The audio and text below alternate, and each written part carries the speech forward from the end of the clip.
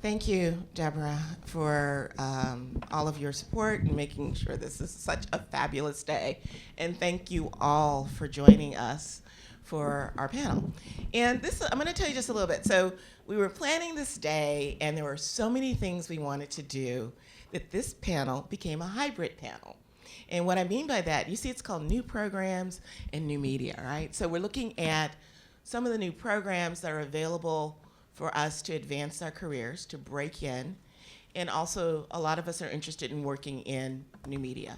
So this is a little bit of a hybrid panel, and we're really fortunate to have this wonderful panel, and each panelist is going to introduce him or herself and tell you a little bit about their program.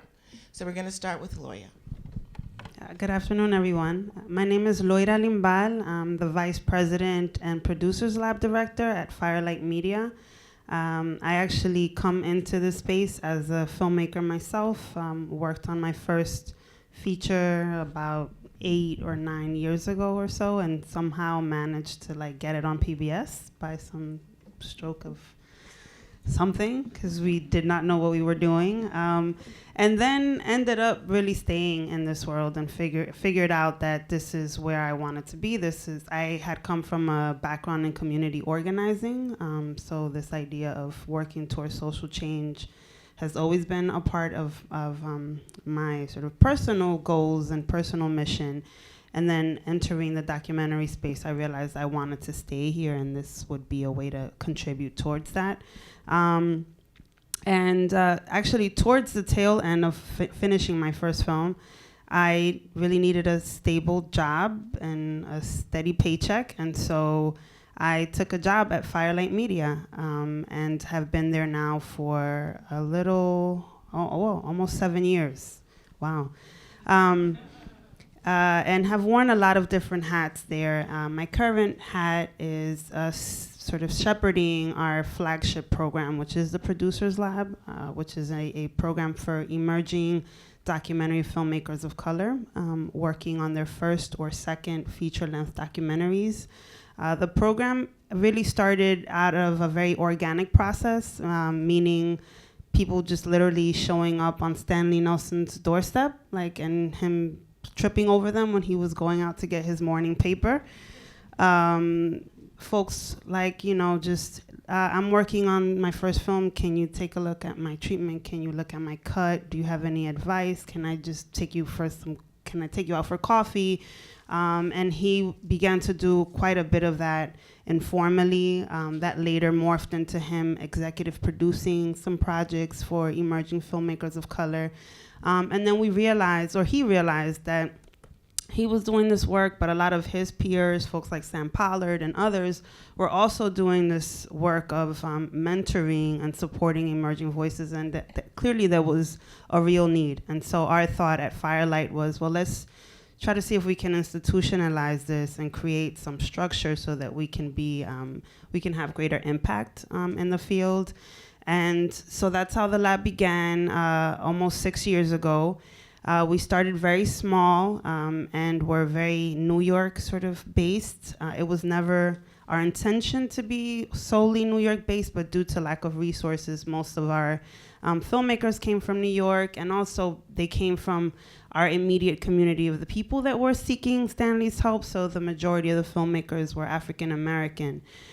We are now at a space where we've been able to really solidify the program within the organization and grow it. And so now it's structured as an 18-month fellowship. We are a national program. We actually recently just hit our 50-50 mark, so 50% of our fellows are based outside of New York City, spread all over the country, from Hawaii to St. Louis to Texas. And everywhere in between, and then the other half is New York-based. And we also are open to all underrepresented communities, so Native American, Asian American, Latinos, African Americans, so on and so forth.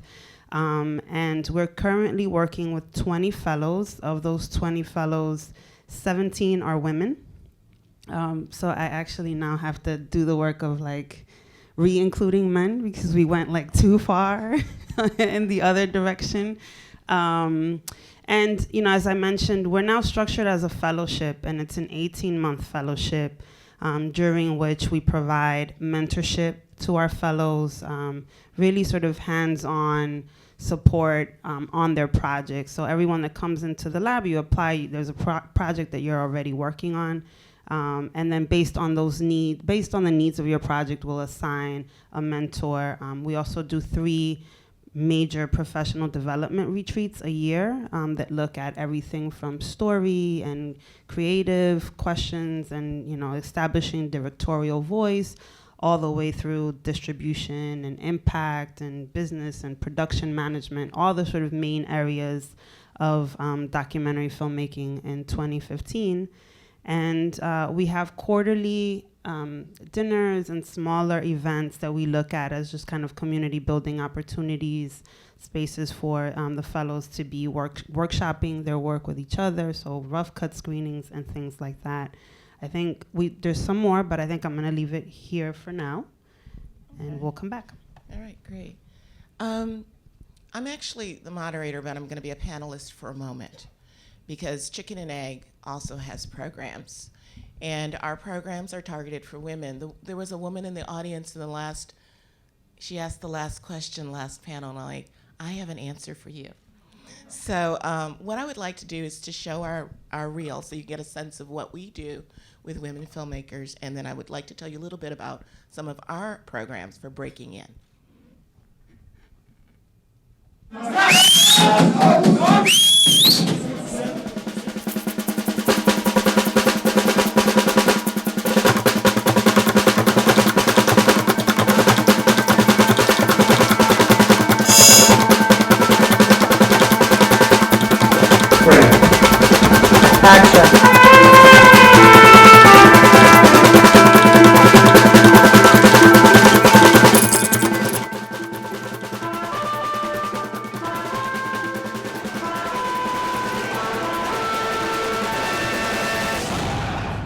My goal is to fill this wall up. And then once I fill this wall up, I don't know what I'm gonna do. Hopefully, like, my whole office will just be covered in acquittals. I decided since the wins go on the wall, the losses have to go somewhere. And I'm gonna tattoo, I don't have any tattoos, I'm gonna get the last name of every case I've lost tattooed on my back. Right now it's only 5, and hopefully I won't fill my back up. That's the goal. People like Stacy and I are just average people. We're just average people that have a home and a couple dogs and pay our taxes. And we just want everything to be equal. Question number 6 in Maryland, that is a yes. Oh my gosh,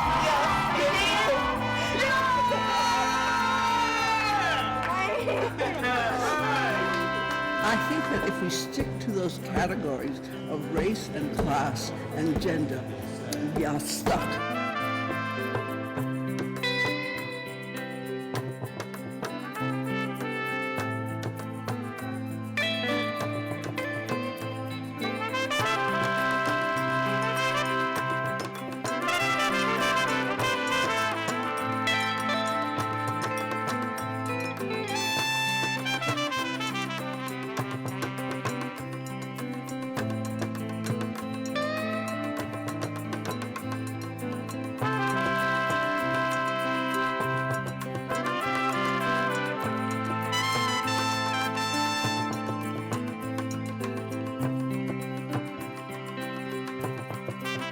خدا شما رو در یه وسیله به نجوم بیشتر اهمیت بدم. ولی مثلا من چیزایی که انتخاب میکنم همیشه با عرف جامعه هیچ چیزی نداره. تو سایه چه؟ من میکشم. میکشی؟ خدا وکیل. خدا میدونه. خدا وکیل میکشم. چه دختر خودم چه دختر خواهر باشه. میکشم. چه تقابل کارش کار نداره. من که وسط میرم مطمئنم 10 نفر دیگه هم پشت من میام وسط. من هیچ وقت تنها نیستم.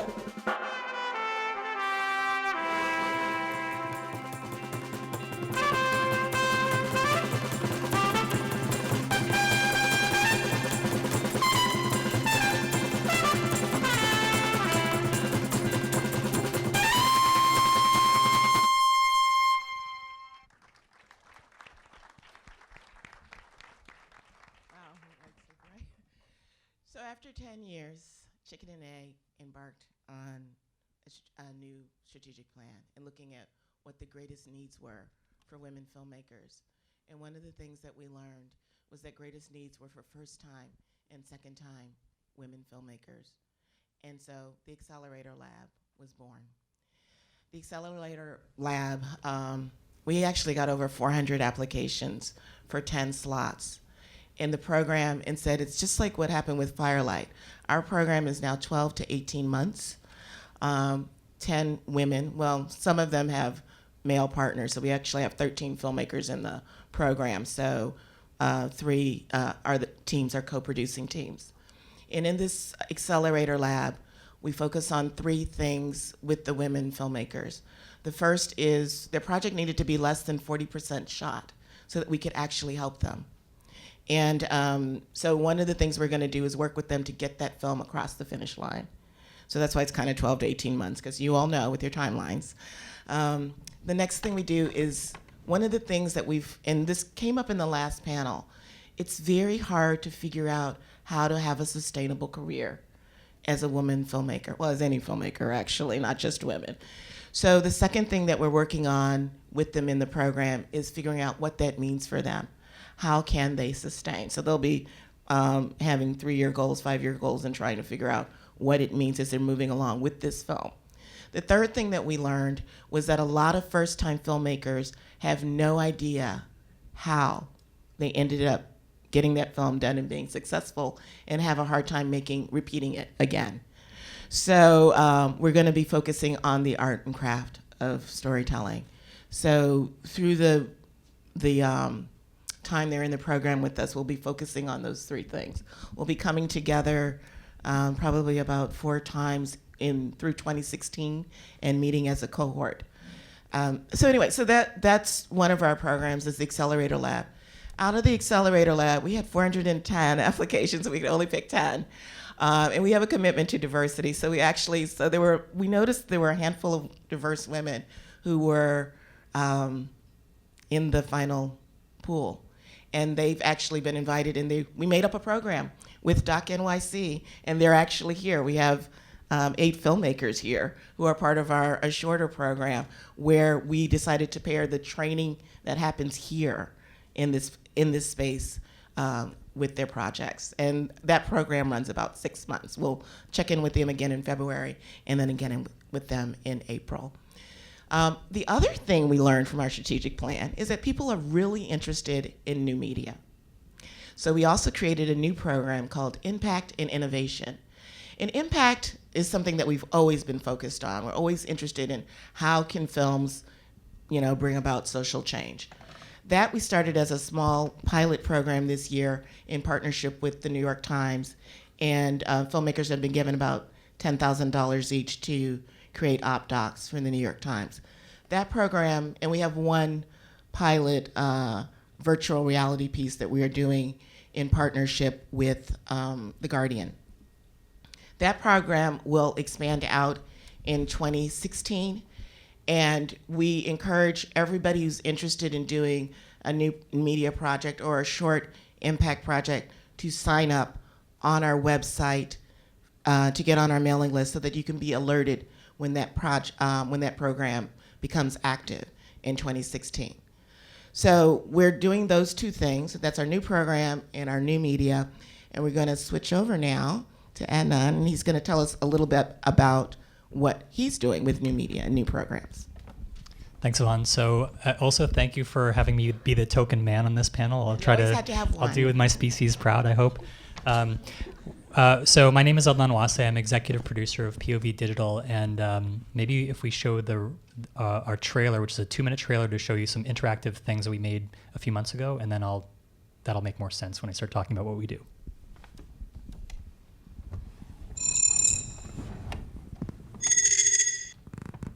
It depends on, firstly, whether it was actually an explosion within the containment, which we just don't know as yet.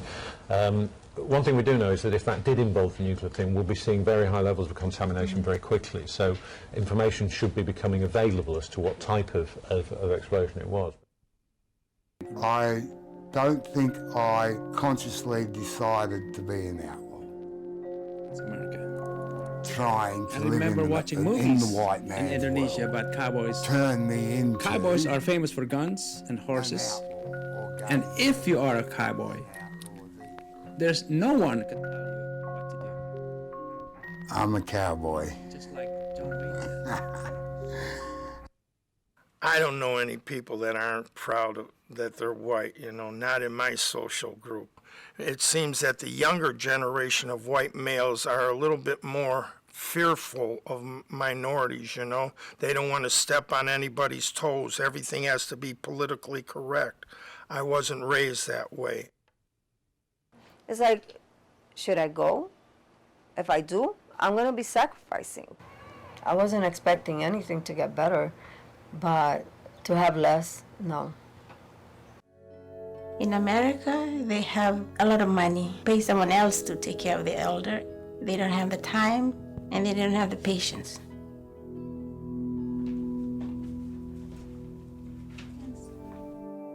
We don't have our papers. We have to say, oh, here comes the policeman. No, no, please, don't stop me, don't stop me. If they had asked them, I'm sure they had said no. But nobody asked them at all. Sometimes I get very emotionally touched thinking about that.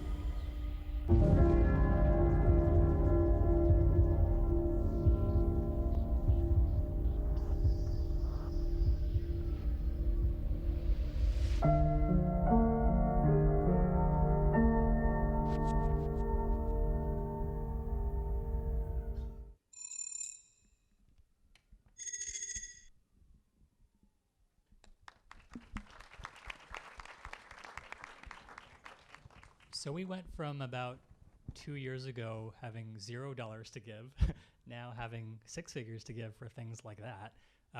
And we call them interactive documentaries, but the word is definitely very fluid. I think it's saying interactive documentaries is a lot easier than saying non-traditional nonfiction media, because it doesn't roll off the tongue as well. So we're a producer of these kinds of things. We fund them at different levels, and we'll talk about funding in a second. The programs we have are to experiment around these sorts of things, to do some research and development around those things, to co-produce them, and to commission them. So we have that whole spectrum that people can participate in. Something that some of you may have heard of is called POV Hackathon, and that's something on our earliest end. And actually, we don't gain anything directly from it. That's much more experimentation for the creators, where you keep the intellectual property. You come for, unlike other labs, it's actually a 2-day lab, which is very quick.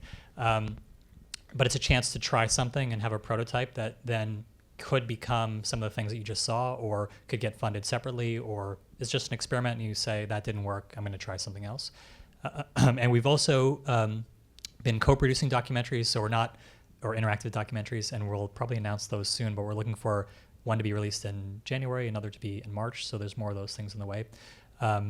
And the way to get involved in those things is just to pay attention to our newsletter, because we don't have a specific thing.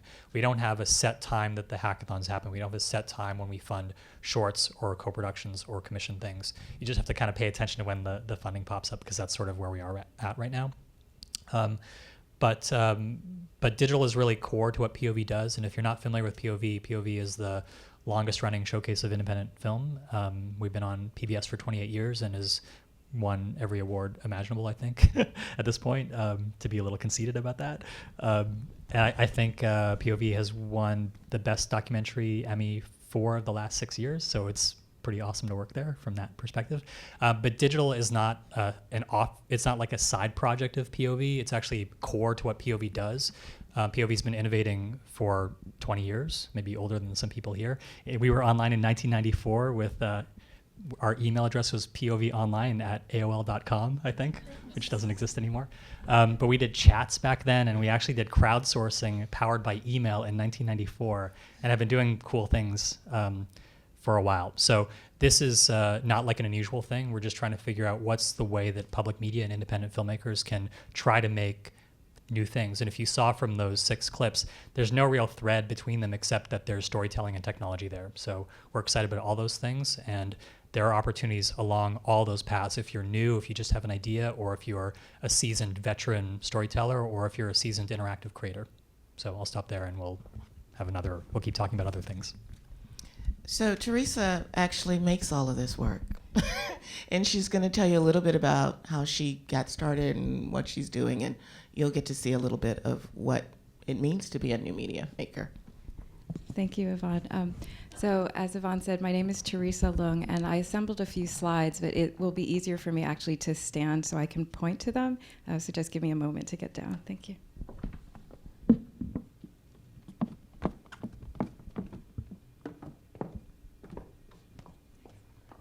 Thanks, Deborah. So again, I am an independent director and producer. I've worn a bunch of different hats in my career, and I wanted to take you through just very quickly some of the different types of work I do. Right now, I'm also an interactive project manager at local projects, and we deal with museums and public spaces. So this might give you some ideas of the types of things you can do as a documentary filmmaker. So one of the products that I had worked on, I've also been an entrepreneur, is something called Smarty Bear, and there's Smarty Dog and Smarty Cat. And basically, with songs, stories, and games, you could download over 8,000 of them, and then you have sensors on the animals' hands and feet. So it would tell you a story, or you could use the pads to also click, and then it could also speak different languages. And I share this with you because, nowadays also with the iPhone or with Android devices and tablets, you might think of something interactive like this to work with your documentary project. Next slide, please. I've also been a consultant to various organizations and documentary filmmakers, but I've also done some narrative work. And so in my work with AMC, we've done work with like Facebook games and also online games with Breaking Bad and with The Walking Dead. And so this is an interactive graphic novel. And so the reason why I bring this slide up is that although this is Doc NYC, right, a lot of things can be applied from narrative into documentary. Next slide. And so this is a template or from the novel, and then the next slide. There's actually a game within the game, so the Easter egg in this is that spoiler I guess, but if you went through the story, you could actually play a video game inside the story. But of course the game is as well, right? The story itself is a game. Next slide, please. And this was a screenshot from a Facebook game from The Walking Dead. So again, if you can think about these as things that might apply to your narratives, to your documentary story, or even if you're working on some hybrid work. So I consulted with Tracy Holder, who is a director for Joe Papp's in 5 Acts, and Joseph Papp was the founder of the Public Theater. So this is a website that she had gotten some funding for, and it basically breaks down. I mean, when you think of the Public Theater and you think of Joe Papp, you may not know very much about the history, but there's a very deep and rich history, and it spans, let's say, the political spectrum in terms of the work he did and the outreach he did in many different communities. One item that I like to think about is he also brought Shakespeare into the public, right? And he used sanitation trucks and restructured them. So I love that example because when you think about interactivity, right, could you do, maybe it's not a sanitation truck, but what else could you do to make something mobile to bring your project out there? Next slide, please. So in my work with local projects, one of the museums we work with is the New York Hall of Science. And we just launched these 5 apps, and they're STEM apps for targeted at reaching out to junior high schools and junior high students. And they're specializing in physics and in math, or science and math. And so this one is facing, so your left, is something called Playground Physics. And so you can actually go into the playground and students film. And they're using film, right? They're filming doing actions like throwing a ball or running, and then they're able to apply equations to see what they're learning, right? They can work with a teacher or with a parent about these noticing tools. And to the right is something called Fraction Mash, and basically you can learn about fractions by putting together pictures of you or your friends or even artwork. And so there have been a lot of creative mashups, if you will. Next slide, please. And so a project that I've been fortunate enough to be both be an advisor to a hackathon, and we can talk about the grant opportunities very shortly. But I've also been a participant. So I like to stay humble, right? And this idea, it was so meaningful to be a part of the hackathon. And this project is an ongoing project with a collaborator, Laura Nova, and our project is called Feed Me a Story. So it is a transmedia project where we do a documentary, and we also have an app prototype, and we ask people what is your favorite food memory or most impassioned, right? So we've been to different museums and public spaces, and we have this cart. We have 2 airline carts, which we've repurposed, which is why when I talked about the sanitation truck, you can see the theme, right? Next slide, please. And so, right, this is another image of our work. Let's see, next slide. And so this is an output of what we did from the POV hackathon. It's a prototype. Next slide. That's the flip side when you click on the story and you get the recipe on the back. Next slide. And then we've also worked in senior citizen centers to capture stories. Next slide, please. This is just another event. We've iterated on the project, and I show you these because your project will iterate, and just want to encourage you to do that. Next. And this was with the Children's Museum at the Children's Museum of the Arts. Next slide. Well, we've also worked with Fourth Arts Block, and we did a public billboard as well. And with these 8 different photos, you could click on it, and then you would get a story on the website. Next slide. And then I've also received some funding to do a documentary, which was on public television, and I worked with ITVS on that, and I'm extremely grateful, as well as local arts organizations like the Lower Manhattan Cultural Council. And then to continue to prototype on it, I've been personally hacking the Connect to try to do something with Every Day as a Holiday with my documentary film. And I think there might be one more, that might be it. Oh yeah, and so my dad was the subject of that film, and this I just leave you with to be brave and prototype. So he was brave enough to be scanned on a turntable, and so we have a 3D print of both he and my brother together. So yeah, I think don't leave yet. Oh. So I think everybody is curious, how in the world do you even know how to make any of this stuff? So could you give us a little bit about your background? Sure. So I studied anthropology in college. Oh, excuse me. Thank you, Deborah.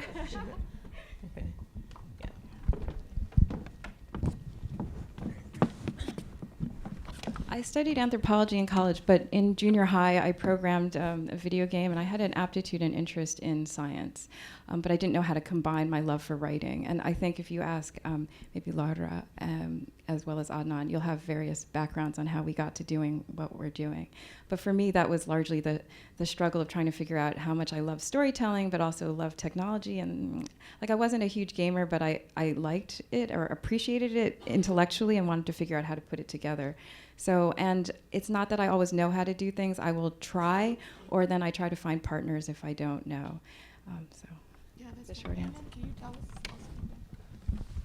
us? It depends how long you want to be here, but I think I have a non-traditional background also. Everything that I know how to do, I kind of just figured out myself. And I'm not a youngster. It took me a while to figure out a lot of things, but I wrote code when I was a kid, so that became something. I made films. I made viral videos before they were viral videos. I ran film festivals, so I just kind of got a sense of what is interesting. I ran experimental short film festival, which also helps this kind of weird stuff that we do now.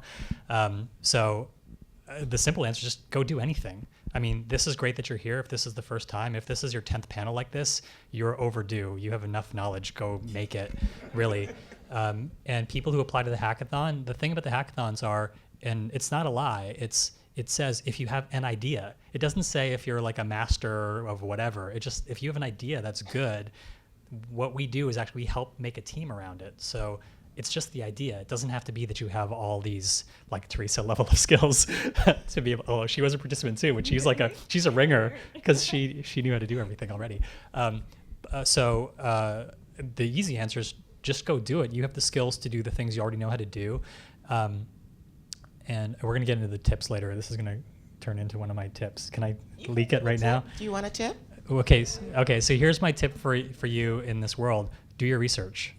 And what that means is go find out everyone who's done things like it, and then you'll be ready to go. So I can elaborate on that a little bit.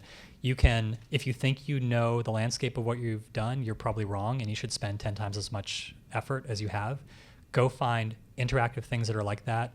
Go do things, go discover things and research things that are about your topic, not just films. Go to a museum and see go to the archives of the museum and find out what interactive exhibits they've had. Museums have been around for 100 years. They know how to do interactivity better than anyone. look at other things. Look at comic books. Like Theresa's made a comic book. I assume you also are probably a fan to some extent of comic books. And I think I'm the same way in terms of video games. I was never a gamer, but I appreciated them. So I know when a new game comes out to kind of look at it and say, oh, what's interesting about that? So it's about exploring the entire media landscape that's related to your thing. Once you've done that research, you're probably ready to go. I'm gonna keep going my second part of my tip because I'm just laying it all out here. So the first part of the tip is do your research. The second part is you have to not know what you're doing. It's actually okay to not know what you're doing, because if you know what you're doing, then you just do the obvious thing. You hire a developer, or you hire a DP, whatever it is. You just go do it if you know what you're doing. The thing about the hackathons are, we like when you have an idea, you've put the thought into it, you put the research into it, but you don't actually know how to do your thing. And that's where we can actually help you. If we can't help you, then you're not going to be invited to the hackathon. You're not going to get funding from us, because how does our funding help you do the thing that helps both of us make this project great? So, but the research, absolutely. But then getting back to the fundamental question, you're almost ready, and you're probably ready. So don't feel like there's some magic thing. We're all inventing all these things. Those 6 things you saw, they're all radically different. They all figured it out in different ways how to do it on their own. And you are on your own. This is an independent film world we're talking about. Okay, so one of the things that has come up all the time is, man, that sounds great, but I don't have any money. Where's the money? So one of the things we do want to talk about is the funding. And actually, Adnaan, you could continue with what you're saying about what you all are doing at POV, because you said, if I don't apply, I can't even get any money, right? So can you tell us a little bit about what some of the avenues are for funding to get started? So for us, the getting started, the breaking in part of it is definitely the hackathon. So it doesn't cost anything to apply. You don't get any funding from it actually, but it's 2 days, so it's not a big interruption to your life. At the end of it, you have a prototype. No matter what, you have a prototype. We've been doing this for 3.5 years. Every single person that's come through this lab has made a prototype. And some of them have gone on to do very cool things and win awards or get funding based on the prototype. But that's your in. The in is potentially POV Hackathon. So it's $0, but you get a lot from that prototype and you can leverage it. That's the easiest way if you're new. If you have a little bit of experience, then you could apply to make something when we open up that funding for interactive shorts. And that's actually what you saw. Those were things that we call interactive shorts. The money's a little bit smaller, but it's enough to go a little bit beyond a prototype. But that means probably that if you're a filmmaker, I'm assuming most of you are pure filmmakers, that you're hiring a developer, and some of them may have to cut their rate a little bit to help you. But we've found that generally people that come out of the hackathon, the developers are so excited to work on this storytelling project because they have some awful clients in their normal agency work, and they're just really excited to work with someone who is doing something that they care passionately about. Then you can do something on a little bit of a smaller budget. And then we have, if you're more experienced, then it's a different conversation. What's small? Yeah. So the shorts, the funding level was about $15,000, 1.5. And for co-productions, we're at $50,000. That's the top level. And then for hackathons, it's 0. So that's the range. And then Theresa, where did you start finding money for your projects? So first, with the $0, it has been with the POV Hackathon, and also partnering with someone I was advising and working with, Alice Elliott. We were also with the Tribeca Institute, also has hackathons as well, so the TFI Hackathon. Let's see, we applied for funds for Feed Me a Story through the Lower Manhattan Cultural Council in the past. So again, I would encourage you, whatever borough, if you live in New York City, it would be to apply to your local arts council. There are 5 of them. The deadlines are usually in the fall, so you may have missed it for this year. I would prep it for next year. I also received some funding from the National Endowment for the Arts. And with the film, with Every Day is a Holiday, I received funding from ITVS. And what was nice about the independent television service is they also had, at the time, I guess it was 3 years ago, they had some funds called Project 360. And it was to do a short, broadly interactive version of your film. So it could be an interactive short trailer, and by interactive, it could be more of a traditional film trailer that could also be put onto the web. Or I think it could have been also much more sophisticated, if you will, And then some of those funds, some filmmakers were encouraged to apply for additional funds where they could build something out that was perhaps cross-platform. I was not selected for that. So I've experienced a bunch of rejection as well. So keep trying would be something I would add to that. And let's go back to Firelight. What's happening with an emerging filmmaker in your lab? How are they getting funded? Sure. So we actually have a fund that we call the Next Step Media Fund, and we give grants in the $15,000 to $25,000 range. That those monies come from MacArthur and CERDNA with the sort of specific mandate of making sure that these dollars are reaching filmmakers from underrepresented communities. The catch, though, is that fund is only open to current fellows. So we are not primarily a funder. Really, Firelight Media was started as a nonprofit production company, and then we expanded to include these new programs and new initiatives. But we, in many ways, still are very much rooted, and our culture is one of being a production house, which I think is an advantage for us in terms of being able to really support projects in a hands-on way, because that's what we do. We make films and we make documentaries. So our orientation and our culture isn't funder first. It's really like filmmaker first. Everything is very filmmaker centric. Funding after. But I would also, say for folks of color to, approach the National Minority Consortia. All of the different consortia partners. For those that are not familiar with the consortia, they're funded by the Corporation for Public Broadcasting. Again, their mandate is to make sure that dollars are going to filmmakers and to create stories about underrepresented communities. So the Native American consortia representative is Vision Maker Media, National Black Programming Consortium, Latino Public Broadcasting, Center for Asian American Media, and Pacific Islanders in Communication. Go to these people, establish relationships. These monies are there specifically for you and your stories. I also, I know everyone probably is very familiar with ITVS, but I constantly hear Nigeri Eaton complain about how people will not apply to the Diversity Development Fund. And their number, because people kind of skip over it and want to apply straight to open call, there are far fewer applications for that fund, which makes it much less competitive. So it's a really great way to break into ITVS and establish that relationship, get the money that you need so that you can actually put together a proposal and a sample reel that can compete for the open call process. So I would suggest, for the filmmakers of color in the room to really look at all the people that have a specific mandate to support you, people that are not just saying we're looking for great stories, but that we actually care who the storytellers are. Can I also just add on, Yvonne, that some of those organizations in the consortia also are funding specifically interactive work. So NBPC, as an example, about a year ago opened NBPC 360. I don't know what it is with 360. People like this term. But there was a lot of money there, and they support a lot of interesting work. So it's not just from the film perspective, it's also specifically with the interactive stuff. They are interested in funding it more and more. And when he says a lot of money, I think they received 100,000. It was 150. 150, yeah. 100 to 150. So definitely keep your eyes open. It's really important to sign up to lists. I think the POV mailing list is excellent because it includes everybody. It lists every application deadline coming up and all kinds of things. I would like to say with our program, with the Accelerator Lab, just from our research, we found that people need more money when they're starting out. So we used to give grants that were in the $10,000 to $15,000 range. In our Accelerator Lab, we've moved up to $35,000 to help you out, to get you started.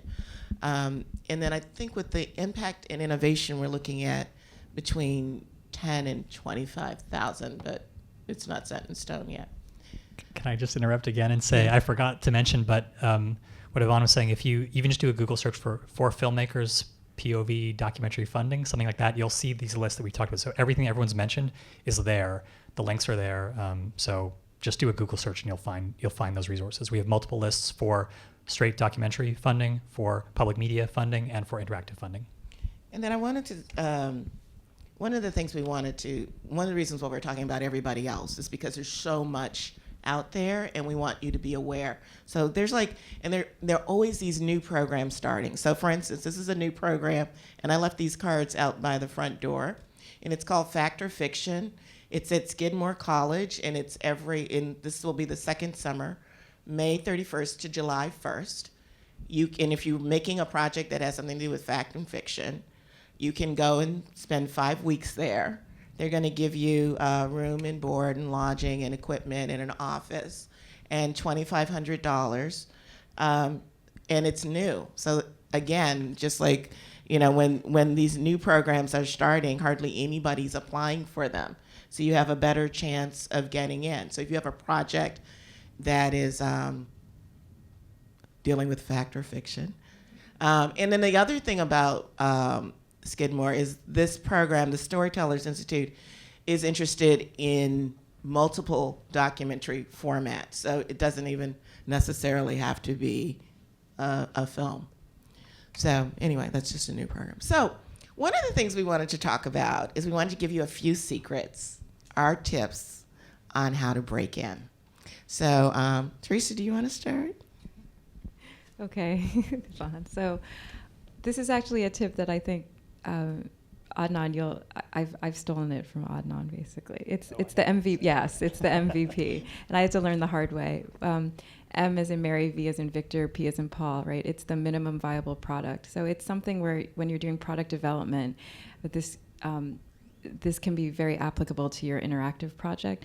You have to think about what really it's going to take to get the project done for, let's say, a prototype, because usually there are so many different avenues you can go. It's very similar to when you're making a film, right? You're very excited, and often, or for me, I know, speaking personally, there are so many different directions that it's hard to focus it. So if you don't keep the idea focused to have something then that you can show, it's not to say, it doesn't negate what Adnaan was saying about like experimenting, right? But you have to know when to rein it in, especially when you're creating your proposal. It's good to have that vision. So that's my tip. Why don't you go, Laura, and I'll come up with something else. Okay. So I'll give a very specific tip for our program, for the Producers Lab, which actually very soon will be renamed to the Documentary Lab, because Producers Lab is quite the misnomer. We actually work with directors, not producers. Most of our directors are directing and producing their projects, so kind of sort of technically, but not really. So soon it will be Firelight Media Documentary Lab, just an FYI for folks. But for us, we are very interested in supporting a filmmaker's individual vision. We're interested in supporting this one project, but we're interested in supporting your career. We want you to stick around and keep telling stories, from diverse perspectives. So there is that very sort of real focus on the individual artist and individual artist voice. That said, and this might sound a little contradictory, the larger goal for us really is much more than you. So for us, it's always great to see applications. We have a little section where people say like what they're looking for, what they're hoping to get out of the lab. It's always great to see folks that are thinking about ways that they can support the community, ways that they can contribute. I think part of what we're in the business of doing is hopefully pushing all of us collectively to a place where it's no longer the norm that people of color don't tell their stories. As you all know, documentaries, I wish there was some like empirical data, that maybe there is and I just haven't seen it, but to me it always seems like documentaries by and large are about people of color, whether in this country or abroad, but the makers don't reflect that, right? So if we were to say, 85% of films are about people of color, you could probably say 85% of those films are made by white filmmakers. And we want to get to a place where we're all, not just us, but all of us in this documentary space are questioning that and problematizing that, and that we no longer accept that as just a given and the norm. And so when we see applications of people that are thinking, about the community, about pipeline, about larger issues, people that can think beyond themselves, I'm really always very excited by those kinds of applications. So it's a little counterintuitive because it is about you, but it's kind of bigger than you. And then once you do get into our program or any program, do whatever you have to do to be able to listen. If it's a lab, if it's a fellowship, you know, it's especially first-time filmmakers, you haven't gone through the experience of having constructive feedback and understanding the difference between constructive feedback and someone just giving you some negative thoughts. You have to learn how to listen. That's like a process. There's a learning curve with that. So do whatever you have to do to be able to listen, like download a meditating app or something that you can like click after you go into your session with your mentor. Whatever it is that you need to do to get to that place where you can hear, do that work. Okay, so actually, it's time for Q&A. So do we have questions from the audience? It's hard for us to see, so there are no questions? Okay. Yes, you. Great. A lot of the programs have been for feature documentaries. I have a short film series, documentary series. Are there programs that are for shorts, or the majority are they mostly feature length? Is it on the web? The first episode is yes. Well, that would probably be. Yeah, I mean, funders are interested in web series. It's definitely a thing that's cool now. So those are opportunities. We actually opened up our hackathon for the first time. The one that we just completed in, what day is it today? In October, was actually allowed web series also. It's the first time we've done that. So that's a possibility going forward with us. And actually, maybe I can just also tack on that answer that POV Hackathon happens in multiple cities. It happens in New York, Chicago, and Los Angeles right now. So if you're not from New York, there are other opportunities. Just pay attention to our newsletter. But we're not opposed to web series, and we're interested in them more and more. So, and other, I mean, if you people know, like Serial was really cool. So how do we have that kind of success around nonfiction documentary content? People are having those conversations. So you'll probably see more and more. And also, I'm sorry, the NBPC 360 was specifically, half of it was for web series too. So it's definitely in the zeitgeist of funders. Yeah, and ITVS just launched their digital thing for web series, right? So there's a ton of stuff now. There hasn't always been, but now with web series, like Adnaan was saying, becoming, you know, kind of cool, people are catching up. And I think the NBPC deadline is January 1st, and they have a whole series of short tutorials online to help you create a strong application and to understand that world. They have, like, I don't remember what it's called, some kind of school, but NBPC has all of the tutorials from last year to help you build a strong application. And then they have a series that's happening right now.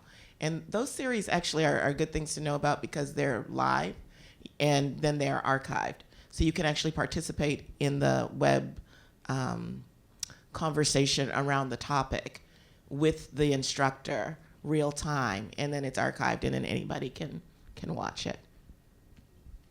Yes. This is for Adnaan. Have you guys worked at all, or are you planning on doing anything in the VR space, 360 nonfiction? So the question is if we're interested in virtual reality.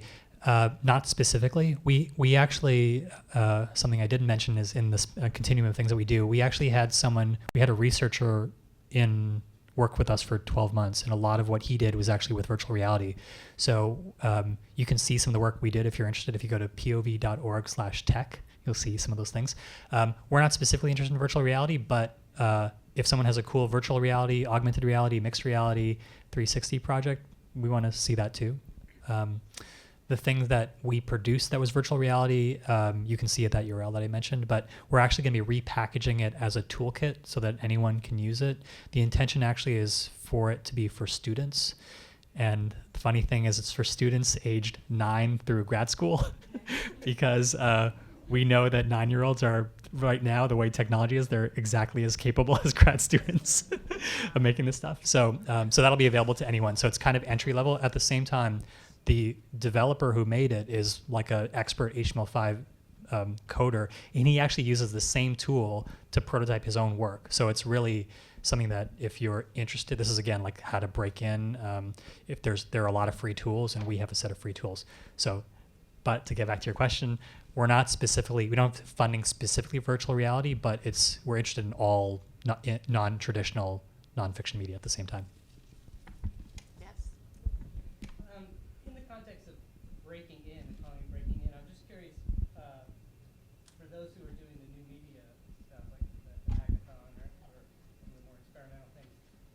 exactly are they breaking into? Is that a business? In other words, do you have stories of people who have done that? Sort of, I'm curious what their next steps were, and is that a business that's viable now, or are we still just on the cusp of it? And then, is there anyone who also is doing that to eventually transition into more traditional long form? Teresa's a good example. Can you repeat that question? Sure. So the question, as I understand it, is, well, what does breaking into this new media landscape, like, what are the next steps once you break in? What do people go back to traditional, like, what is their goal? And I think it depends. I mean, for me personally, because I'm very interested very broadly in this space, I mean, I'm trying to evolve as the media evolves. I don't quite have the answer, but what I do know is that right now it's billions of dollars, right? The AR VR industry is valued at. So you can call it a bubble, but I don't think so. I mean, we're moving towards that. We can incorporate various types of storytelling in that. So there is a business model.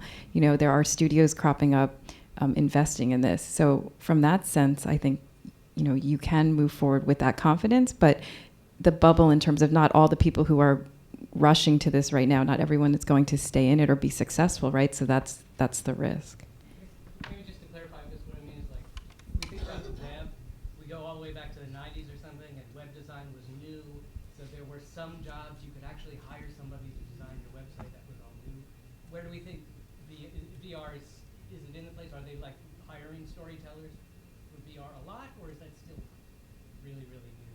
I think we're still early, but we've seen in the last 12 months a real explosion of virtual reality. Everyone probably in this room knows to some extent some of those things. Facebook bought Oculus, which is a big deal. Hulu and Netflix announced that they'd be doing 360 video. So there are big distributors that are saying, yeah, we care about this stuff.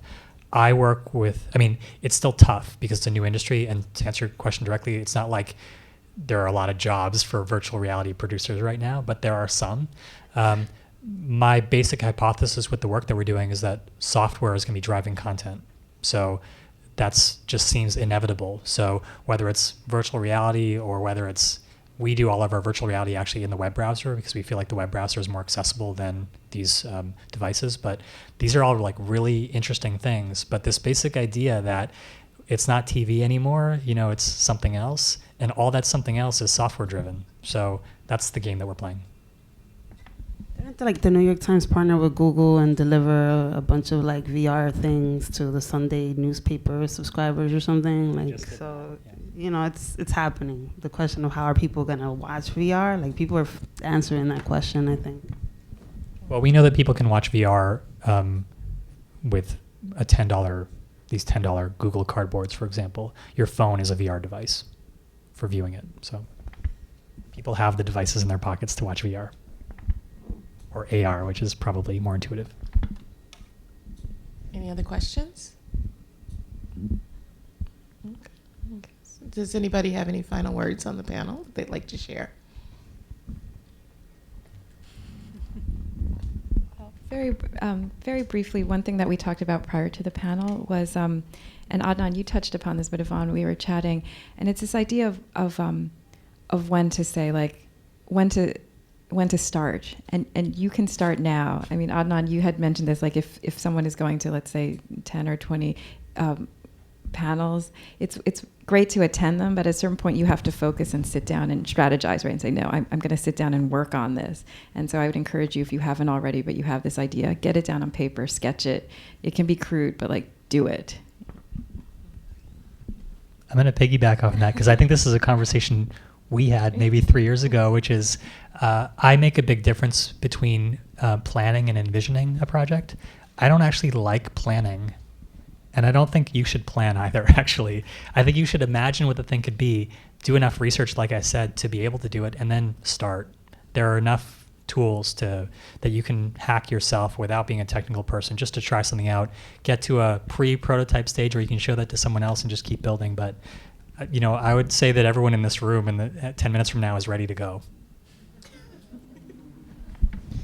Just two quick things. So similar to how our documentary lab has grown, we have a long track record of doing what used to be called outreach, then later engagement, now impact work around connecting documentary films to communities of color, to the communities that they're about. And due to the recent success of our Black Panther film and that whole run, we have kind of a lot of people coming to us and asking us, like, can we do that too, or can you do that for us? And so that's the next space of our sort of our impact experience that we are now working on institutionalizing. So Firelight will be, I think, more significantly in that impact space. And then we also are working on some international initiatives. So more to come from Firelight Media in the near future. I want to thank everybody, and I think Deborah's going to come up here and say a few words. I just want to thank our panelists again. Loira, thank you, Yvonne, thank you, Adnaan, and thank you, Theresa. That was great.